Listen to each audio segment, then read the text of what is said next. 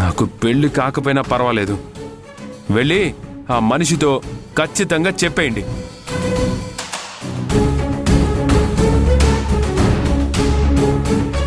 రేయ్, ఏంట్రా?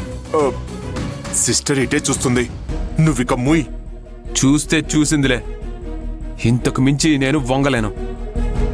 నా పిసినారితనం తెలిసినా పర్వాలేదు, ఐ డోంట్ కేర్. అమ్మా అక్షయ, అల్లుడు గారు ఎందుకో కోపంగా ఉన్నట్టున్నారు.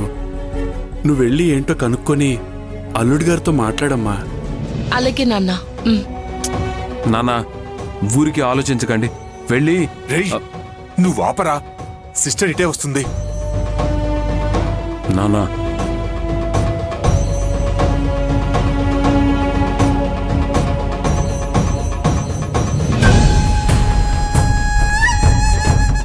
నాన్న, ప్రణీత ఇక్కడికి ఎందుకు వచ్చింది?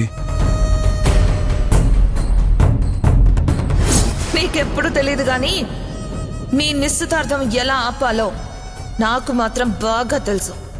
ఆ అక్షయ నిన్ను అందరి ముందు అవమానించి నువ్వంటే ఇష్టం లేదని చెప్పి మెళ్ళో దండ నీ ముఖంపై విసిరి కొట్టి వెళ్ళలేదో, నేను మోహన్ రామ్ కూతురు ప్రణీతనే కాదురా.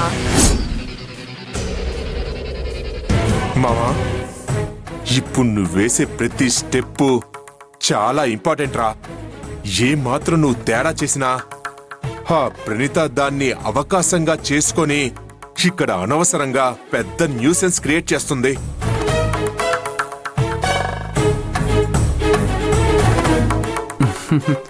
రా అక్షయ. ఏమైంది? ఏంటి ఏమైంది? మరి కోపంగా మాట్లాడుతున్నారేంటి? ఓహో, అదా, కార్డు ప్రైస్ కాస్త ఎక్కువైంది, కొంచెం తక్కువ రేట్లో చూద్దామని